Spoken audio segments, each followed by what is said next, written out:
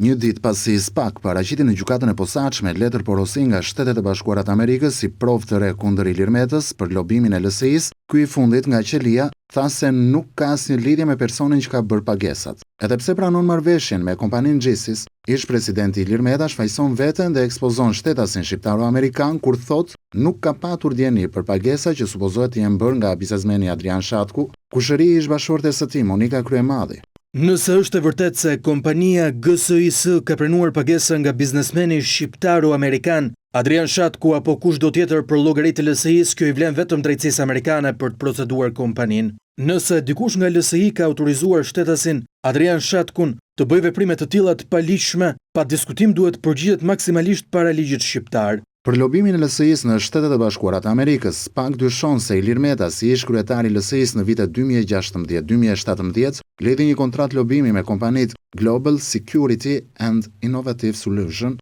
dhe grupi McKeown në Shtetet e Bashkuara të Amerikës. Sipas SPAK, për periudhën janar 2016-dhjetor 2017, LSI ka paguar kompanisë Gjesis për qëllime konsulence dhe lobimi $463.000 dhe ka deklaruar shpenzime për konsulencë pranë Komisionit Qendror Zgjedhor, si dhe ka paraqitur pranë organit procedues vetëm 3 fatura të paguara me shumën prej $93.000. Hetimet për Ilir Metën u mbyllën në 28 korrik, ndërsa dosjen e kaloi për gjykim në fund të gushtit. Meta hetohet për aferën Çesdia, lobimin e LSI-s në Shtetet e Bashkuara të Amerikës dhe hetimin pasuror. Ai dhe Kryemadhi akuzohen për korrupsion pasiv, pastrim parash dhe mos deklarim pasurie. Të pandehur janë edhe Piero Xhixho, Fatime Kryemadhi dhe Ema Çoku.